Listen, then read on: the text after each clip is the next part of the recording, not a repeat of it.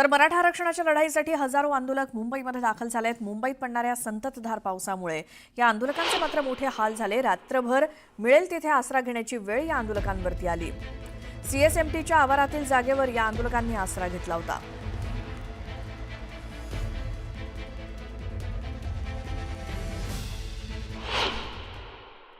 मराठा आरक्षणासाठी मनोज जरांगे पाटील यांनी आज आझाद मैदानामध्ये उपोषणाला सुरुवात केलेली आहे। या ठिकाणी मी आता छत्रपती शिवाजी टर्मिनसवर आलेलो आहे। आपण या मराठा आरक्षणासाठी जे लोक आलेले आहेत ते आपण पाहू शकता। या ठिकाणी कशा प्रकारे हे झोपलेले आहेत, कारण यांना राहण्याची व्यवस्था नाही आहे। त्याच्यामुळे यांनी छत्रपती शिवाजी टर्मिनसचं जे रेल्वे स्टेशन आहे, या स्टेशनवरती जे प्लॅटफॉर्मच्या बाहेर जी जागा आहे, तिकीट जिथे काढली जाते त्या ठिकाणी या आपलं बस्तान मांडलेलं आहे। आपण पाहू शकता की काही लोक जमिनीवर बसलेत, काही लोकांनी चादरी आणल्यात, काही लोकांनी या ठिकाणी जी शाल आणली होती तिचं अंथरूण केलेलं आहे। आपण जर पाहिली ही जी परिस्थिती जर पाहिली तर मराठा लोक जे बांधव आलेले आहेत त्यांची बिकट अवस्था आहे आणि या ठिकाणी लोक रस्त्यावरती भाकरी खाताना आपल्याला दिसत आहेत आणि या ठिकाणी सरकारने काहीतरी मदत केली पाहिजे अशी यांची मागणी आहे। गणेश कदमसह विजय देसाई, न्यूज 18 लोकमत, मुंबई। तर मराठा आंदोलनाच्या मुद्द्यावरती मोठ्या संख्येने मराठा बांधव हे मुंबईमध्ये आलेत। पाऊस असो किंवा इतर काही अडचणी, पण आरक्षण घेतल्याशिवाय जायचं नाही असा निर्धार या मराठा बांधवांनी केलाय। ऐन गणेशोत्सवात मुंबईत येऊन सरकारला कोंडीत पकडणं योग्यच आहे असं या बांधवांचं म्हणणं आहे आणि सरकारला जोपर्यंत कोंडीत पकडणार नाही तोपर्यंत आरक्षणाचा प्रश्न सुटणार नाही असं मत या आंदोलकांचं आहे।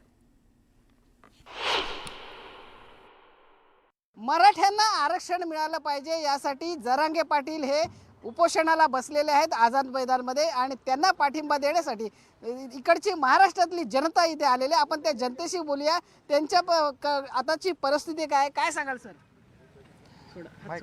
महाराष्ट्रामध्ये 2 वर्ष पहिले जरांगे पाटलांनी अल्टिमेटम सरकारला दिलेला की आरक्षणासाठी ज्या मंत्र्यांना, मराठा मंत्र्यांना, सर्व मंत्रालयामध्ये बसणाऱ्यांना ज्यांना कुणाला बोलायचे त्यांनी 2 महिन्याच्या अगोदर त्यांना सूचना द्यायला पाहिजे होती। आज बरोबर बोलतात, मराठा समाज आज संतप्त झालेला आहे। जसे बांधव बोलतात प्रत्येकजण की आंदोलन जरांगे साहेबांनी सकाळीच सांगितलेलं आहे। सकाळी 10 वाजता वाजून 10 मिनिटांनी सांगितलं की आम्ही शांततेत आंदोलन करतोय आणि त्याचा निर्णय योग्य ते घेतला पाहिजे। कुणी घेतला पाहिजे नाव नाही, फक्त सरकारने त्याचं व्यवस्थित रीतसर मराठा आंदोलनाला दिशा दिली पाहिजे।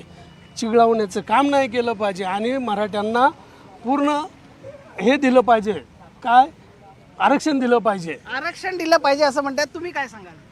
आज आपण पाहतो की महाराष्ट्रातील सर्व जनता, मराठा बांधव आपलं घरदार सणासुदीला सोडून आज ह्या आझाद मैदानावरती माननीय श्री मनोज जरांगे पाटील साहेबांना समर्थन देण्यासाठी उपस्थित आहे।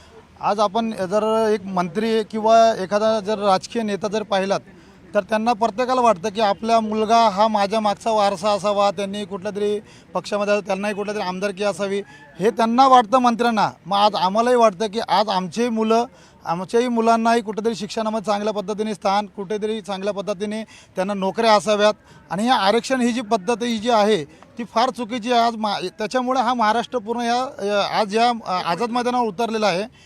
तर ही बाब कुठेतरी बदलली गेली पाहिजे आणि शासनाने मराठा समाजाला गृहीत धरू नये।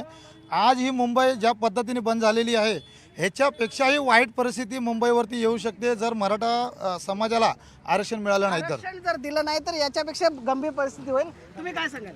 तर आम्ही छत्रपती संभाजी वायजापूरून आलेलो आहे।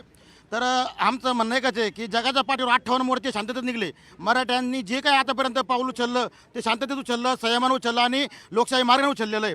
आज मनोजदादांनी 4 महिन्यापूर्वी तयारी दिली होती की आम्ही 29 ऑगस्टला येऊ।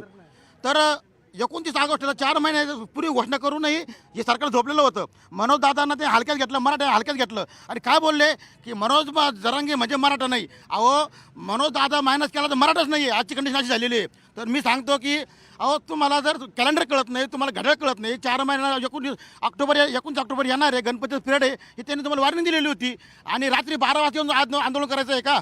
अहो, त्यांची ते आपण काय म्हणतो गनिमत हवा आहे। कुठला तरी एखाद्या मोसमला आज आपण बघतो एसटी कामगारांनी आंदोलन केलं, कधी केलं? दीपावलीच्या वेळेस केलं, सणाच्या वेळेस करतात, का करून? कारण सरकारची कोंडी झाली पाहिजे तेव्हा ते लक्ष देतात। मूल राहिल्याशिवाय कोणी पाजत नाही, आई पाजत नाही. म्हणून मनोजदादांनी 4 महिन्यापूर्वी सांगितलं होतं की आम्ही 29 ऑगस्टला येतोय. तर त्यावेळेस जाहीर होतं की गणपतीची परेड आहे. यांनी झोपले होते. विखे पाटील म्हणतात, फडणवीस साहेब म्हणतात की यांनी समजून घ्यायला पाहिजे आज हिंदूंची सण आहे. हिंदुत्व आम्हाला शिकू नये. तुम्हाला सांगतो शाळेमध्ये जात बघून शिक्षण दिलं जातं आणि आरक्षण दिलं जातं किंवा सवलत दिली जाते. हिंदुत्व आम्हाला कोणी शिकवायचा प्रयत्न करू नये. मराठासारखं हिंदुत्व कोणी जपत नाही. फडणवीस साहेबांनी याची काळजी घ्यावा, दखल घ्यावा, अन्यथा हे आंदोलन अजून तीव्र होईल. गणेश कदम सह विजय देसाई, न्यूज 18 लोकमत, मुंबई.